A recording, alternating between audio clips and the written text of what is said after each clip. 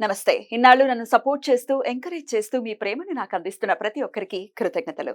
అలాగే ఈ వీడియో కూడా ఖచ్చితంగా మీకు ఉపయోగపడుతుంది. లైక్, షేర్ అండ్ సబ్స్క్రైబ్ చేసి మీ సపోర్ట్‌ని నాకు అందించండి. అలాగే ఈ వీడియో పట్ల మీకున్న అభిప్రాయాన్ని కామెంట్ సెక్షన్‌లో కామెంట్ చేసి తెలియజేయండి. ఇప్పుడు వీడియోని చూద్దాం.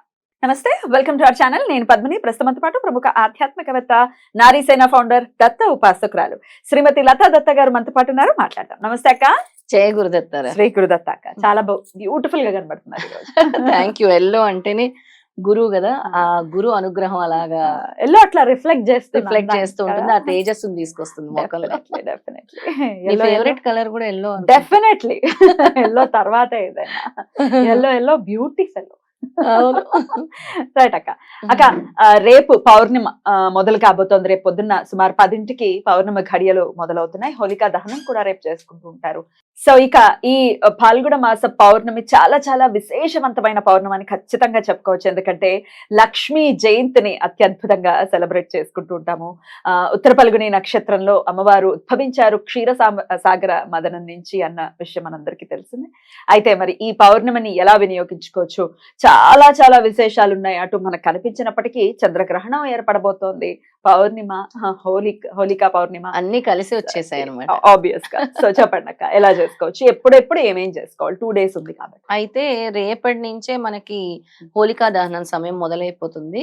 మనకి పౌర్ణమి గడియలు మొదలవుతున్నాయి కాబట్టి రేపు రాత్రి అంటే 11 గంటల 13 నిమిషాల నుంచి 12 గంటల 30 నిమిషాల వరకు తీసుకోవచ్చు. ఇంచుమించుగా 22 నిమిషాల వరకు కూడా హోలికా దహనం. హోలికా దహనం అనేది చాలా చాలా ఇంపార్టెంట్. ఎవరికైతే నెగిటివ్ ఎనర్జీస్ ఉన్నాయో, ఎవరికైతే సక్సెస్ రావట్లేదో, ఎవరికైతే కెరీర్ లేదో, అలాంటి వాళ్ళందరూ కూడా హోలికా దహనం అంటే పెద్దగా వేయాలేమో, అలా మంటలు పెట్టేసి అలా వీలుంటే అలా వేసుకోండి. లేని పక్షంలో ఒక్కొక్కరికి ఒక్కొక్క రెమెడీ, ఇంట్లోనే చిన్నగా చేసుకునే రెమెడీస్ చెప్తారా. రేపు రాత్రి అంటే రేపు రాత్రి కాస్త సమయం కేటాయించి ఆలస్యంగా పడుకున్నా పర్వాలేదు, ఎందుకంటే మీకోసం మీరు చేసుకుంటున్న ప్రక్రియ. పైగా ఆదివారం, ఆదివారము. అలాగే లక్ష్మీ జయంతి కూడా కలిసి వచ్చింది, అది మర్నాడు చేసుకోవాల్సిన పూజ. రేపు రాత్రి ఏం చేస్తారంటే చిన్నగా అగ్నిహోత్రి ఇవాళ రేపు అందరు చేసుకుంటున్నారు.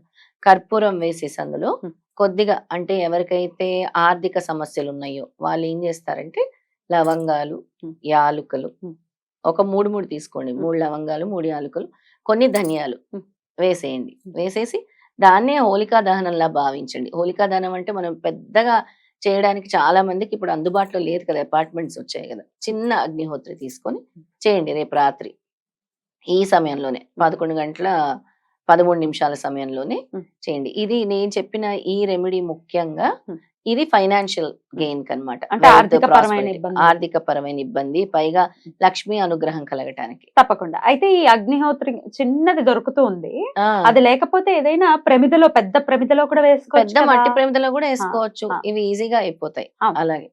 అలాగే ఇంకా మనకి అంటే ఇంకొక రకరకాల సమస్యలు ఉంటాయి కదా, అలాగా బాదం పప్పుతో చేయాల్సింది. ముఖ్యంగా బాదం పప్పుతో చేస్తే ఈ బాదం పప్పు అనేది ఎడ్యుకేషన్ అంటే విద్యా బుద్ధులు బాగా రావటానికి, సక్సెస్ రావటానికి. అలాగే సేమ్ కర్పూరం వేసి బాదం పప్పు పెద్ద పెద్దగా ఉంటది కాబట్టి చిన్న చిన్న ముక్కలుగా కోసుకొని అందులో వేయండి. అందులో వేసి రేపు రాత్రి చేయాల్సిన ప్రక్రియ.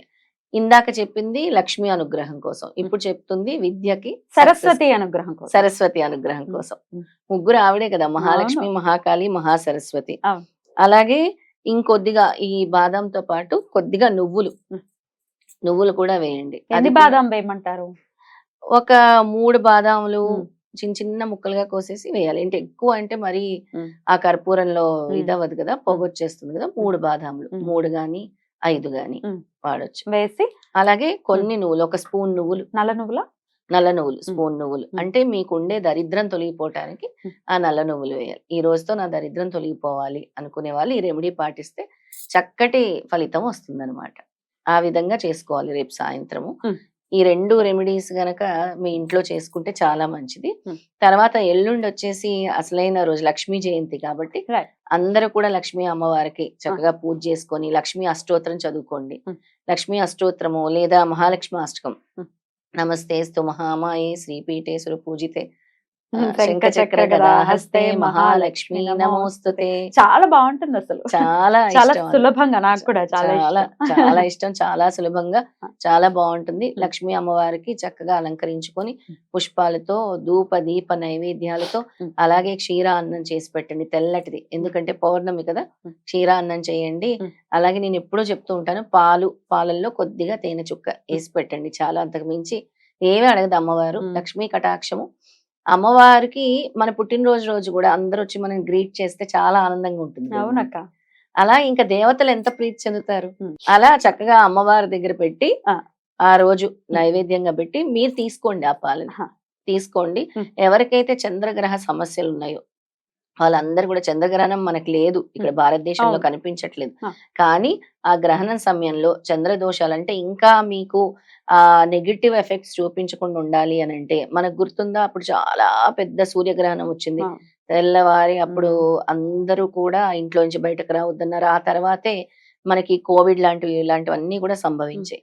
కానీ ఇప్పుడు మనకి భారతదేశానికి కనబడట్లేదు. అమెరికా, అంటార్టికా అక్కడ కనిపిస్తుంది, రష్యా అటు కనిపిస్తుంది. కానీ మనము మనకి పాజిటివ్ ఎఫెక్ట్స్ రావాలి అని అంటే గ్రహణం సమయంలో వేల రెట్ల ఫలితం ఉంటుంది. ఒక్క మంత్రం చదివినా కూడా ఓం చంద్రాయ నమః, ఓం సోమాయ నమః అనేవి కంటిన్యూస్ చాంటింగ్ చేసుకోండి. మీకు ఎన్ని వేల సార్లు వీలైతే అన్ని వేల సార్లు.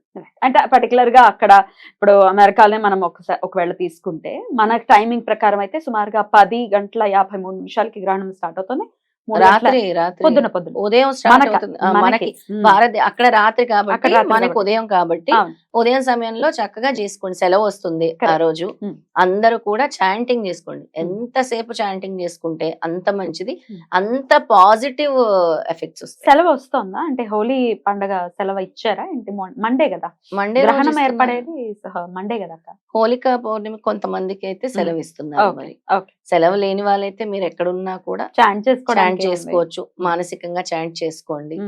అలా ఎన్ని వేల సార్లు చేయగలిగితే అన్ని వేల సార్లు చేస్తే ఆ నెగటివ్ ని పాజిటివ్ గా మారుస్తుంది అనమాట ఆ చంద్రగ్రహణం. ముఖ్యంగా ఒక 3 రాసుల వారికి, కొంచెం కన్యా రాశి వాళ్ళకి, అలాగే మిథున రాశికి కూడా కొంచెం ఎఫెక్ట్ ఉంటుంది అని అన్నారు. కొంతమందికి చాలా లాభం కూడా తీసుకొస్తుంది ఈ చంద్రగ్రహణం వల్ల. అందుకని ఎవరికైనా సరే, ఏ రాశి వాళ్ళైనా సరే, గ్రహణం సమయంలో ఎక్కువ వేల రెట్ల ఫలితం మీకు కలగాలి అని అంటే ఇలాంటి గ్రహణ సమయం కోసం ఆధ్యాత్మికంలో ఉండే వాళ్ళందరూ కూడా ఎదురు చూస్తూ ఉంటారు. అవును, ఎదురు చూస్తూ ఉంటారు ఎప్పుడు వస్తుంది సూర్యగ్రహణం కానీ చంద్రగ్రహణం కానీ. ఎక్కువ పట్టు అంటే మంత్రం పట్టు ఎక్కువ ఉంటుంది, ఎక్కువ సార్లు ఫలితాన్ని భగవంతుడు మనకి ఇస్తాడని. అలా విశేషంగా మీరు ఓం చంద్రాయ నమః, ఓం సోమాయ నమః అని ఎన్నిసార్లు వీలైతే అన్నిసార్లు చెప్పించుకోండి. దానికి మించింది లేదని చెప్తాను. తప్పకుండా. అలాగే మన గురు దత్తాత్రేయ స్వామిని ఎప్పుడు కూడా మనం మరవం కాబట్టి, ఆ సమయంలో గనక మీరు సిద్ధమంగళ స్తోత్రం ఒక్కసారి చదివినా కూడా 1000 సార్లు పఠించిన ఫలితం స్వామి మనకిస్తారు. తప్పకుండా అక్క, తప్పకుండా. అయితే సోమవారం సుమారు 10:53 నుంచి 3:02 వరకు కూడా ఈ గ్రహణ అంటే అక్కడ జరుగుతుంది, మనకు కనిపించినప్పటికీ ఇది సమయము. అయితే అమెరికాలో ఉన్న వాళ్ళు మాత్రం ఆ సమయాన్ని పాటించుకొని వాళ్ళు ఎట్లయితే విధి విధానాలు మనం ఇండియాలో ఉన్నప్పుడు ఎట్లయితే పాటిస్తామో అలా వాళ్ళు పాటించాలి. ఇప్పుడు మన తెలుగు వాళ్ళంతటా ఉన్నారు కాబట్టి అందరూ కూడా, మన నార్త్ ఇండియన్స్ కూడా పాటిస్తారు, సౌత్ ఇండియన్స్ కూడా పాటిస్తారు. ఈ గ్రహణం పట్టు విడుపు స్నానాలు ఇవన్నీ కూడా ఉంటాయి అన్నమాట. రైట్ అక్క, చాలా బ్యూటిఫుల్ గా ఎక్స్ప్లెయిన్ చేశారు. అటు ముందు రోజు హోలికా దహనం అప్పుడు ఏం చేసుకోవచ్చు అంటే చాలా చక్కగా సూక్ష్మంలో మోక్షం అని అంటుంటారు కదా, అలా చిన్న చిన్న రెమెడీస్ తో కూడా డెఫినెట్ గా మనకు ఉన్నటువంటి ఈతి బాధల నుంచి మనం బయటపడిపోవచ్చు. చాలా చక్కగా మీరు వివరించారు. మనకి ముహూర్తానికి చాలా బలం ఉంటుంది పద్మిని, ముఖ్యంగా ఏదైనా ముహూర్తము గాని, అలాగే యోగాలు గాని వాటికి చాలా బలం ఉంటుంది అన్నమాట. ఆ సమయంలో హోలికా దహనం అన్నారు కాబట్టి మన చెడు పోవటానికి భగవంతుడు ఇచ్చిన సమయం, ఈవిల్ ఫోర్సెస్ ని మనం అధిగమించడానికి ఆ సమయం కరెక్ట్ అయిన సమయం కాబట్టి, ఇలా చిన్న చిన్న ప్రక్రియలు చేసుకుంటే మీ జీవితంలో ముందుకు వెళ్ళే అవకాశాలు, అంటే చక్కగా ఆనందంగా మనశ్శాంతిగా ముందుకెళ్లే అవకాశం భగవంతుడు మనకు కల్పిస్తున్నాడని అర్థం చేసుకోవాలి. బ్యూటిఫుల్ అక్క, చాలా చక్కగా మాకు వివరించారు.